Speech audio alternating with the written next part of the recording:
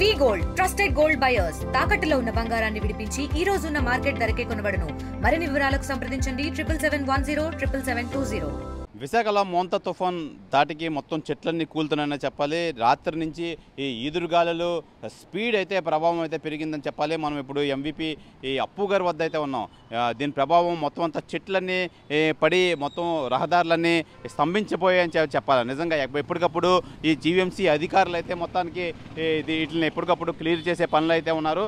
అలాగే మొత్తం నగరం అంతా ఈ చెట్లు మోస్తారు చెట్లు ఈ గాలికి ఈ విండ్ తాకిడికి అయితే మొత్తం వేళ్ళ నుంచి మొత్తం అంతా పైకి వచ్చే పరిస్థితి అయితే ఉంది. ఇప్పుడు మన కెమెరామెన్ చూపిస్తున్నారు.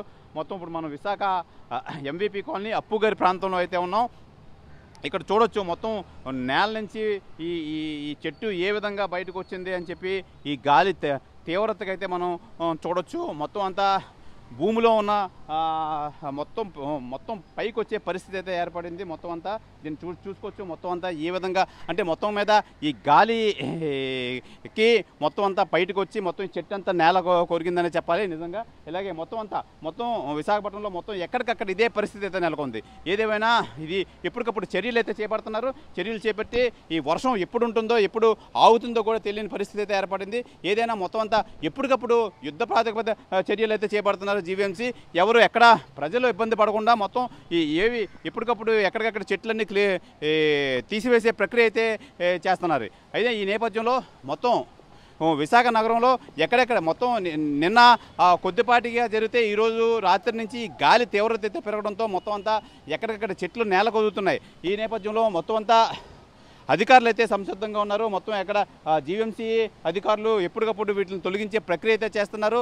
అయితే ఈ నేపథ్యంలో ప్రస్తుతానికైతే మట్టుకి 40 నుంచి 65 కిలోమీటర్ల వేగంతో ఈ గాలి అయితే ఉంది. అయితే ఈ మోంతా తుఫాన్ నేపథ్యంలో మొత్తం 90 నుంచి 110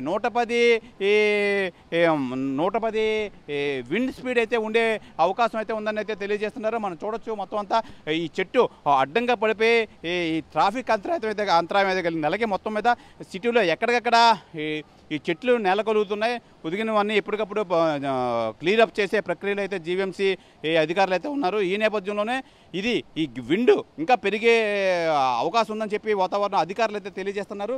ఈ నేపథ్యంలో ఇంకా ఎన్ని చెట్లు నేల రాలుతాయనేది ఆశ్చర్యంగా ఉంది. ఏదేమైనా అయితే ఉంది ఇంకా ఎక్కువ పెరిగే అవకాశం అయితే ఉందని తెలియజేస్తున్నారు. ఈ నేపథ్యంలోనే మొత్తం అధికారులు అంతా సంసిద్ధంగా ఉన్నారు.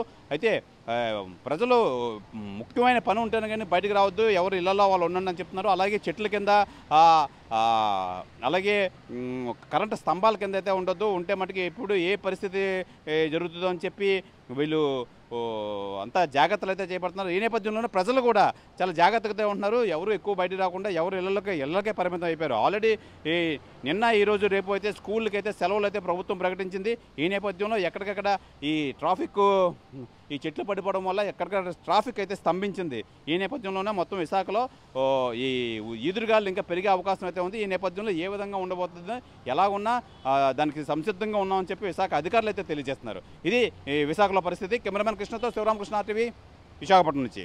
తెలుగులో న్యూస్ కి ఫాస్టెస్ట్ యాప్ ఇప్పుడు టోటల్లీ న్యూ అవతార్లో జస్ట్ 5 seconds లో కంప్లీట్ న్యూస్. సోషల్ మీడియాలో ట్రెండ్స్ కి one stop solution. Live TV app voice search option తో ఇప్పుడే డౌన్లోడ్ చేయండి లేదా అప్డేట్ అయిపోండి. యాప్ లింక్ డిస్క్రిప్షన్ లో ఉంది.